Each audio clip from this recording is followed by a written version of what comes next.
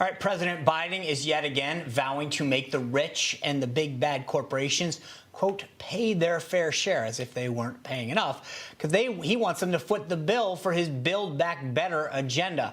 But according to a leaked draft proposal, House Democrats are looking to hike taxes by nearly $3 trillion to pay for all that massive spending. You can say goodbye to those Trump-era tax cuts. Those are going to get rolled right back. Americans, individuals, and couples earning more than $435,000 will be taxed at almost 40%, and that's just the federal government. And the corporate tax rate is going to rise to 26.5%, and tax on capital gains will also rise sharply.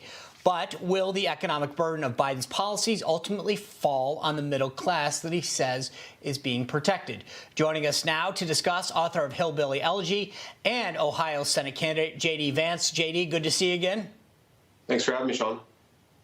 All right, so candidate Biden, President Biden keeps spouting off that if you make less than 400 grand, you know, this isn't going to affect you. Don't worry about it. But when you start looking at couples who file together, or you look at people who might want to sell a capital gains, that changes real quick. I feel like the American people are getting misled big time on this.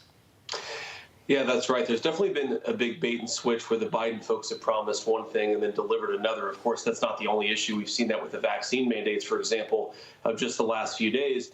But one of the things that I find weird about the Democrats' rhetoric is they always say that this is going to punish the big businesses, punish the corporations, and reward the little guy. But what never happens, and what's always unsaid in these Democratic priorities, is that they always reward their friends. So is the Harvard University endowment going to see a tax increase? No. Are foreign investors into the United States going to see a tax increase? No. Is the Ford Foundation, the Gates Foundation, are they going to see a tax increase? No. The folks this will really hurt are working Americans, people across the income scale who ultimately work for a living and need to keep as much of their money as possible. And I always find it interesting that the media buys the rhetoric of the Democrats when, if you look at their real plans, what they're going to do is not raise taxes on the bad people, lower taxes on the good people. They're actually just going to reward their friends.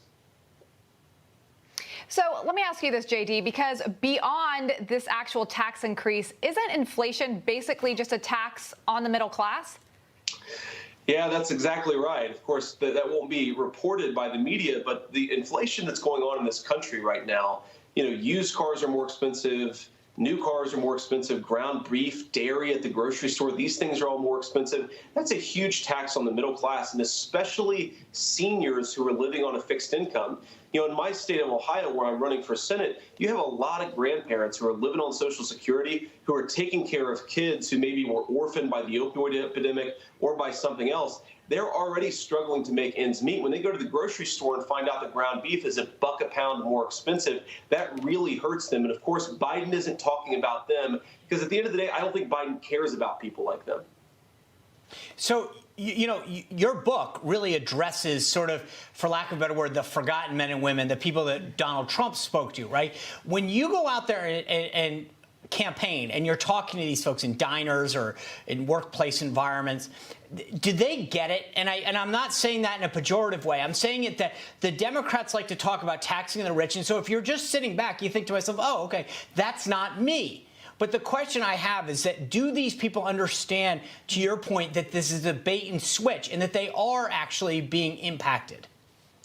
Oh, absolutely. I think our people definitely get it, Sean. I think in a couple of ways. First of all, they recognize that the Democrats are very good at rewarding their friends. And second of all, they recognize this is starting to hurt them. That, you know, even when the campaign first started, I didn't hear that much about inflation. Now I hear a lot about it. People are definitely aware that the things they rely on are getting more expensive. They know that Biden's policies are hurting them where it counts. So, yeah, I think our people, you know, are often much smarter than a lot of folks give them credit for. They certainly know what's going on in the country JD, when you say, I'm sorry, but when you say our people, do you mean conservatives, or do you mean sort of like the American people, working class people?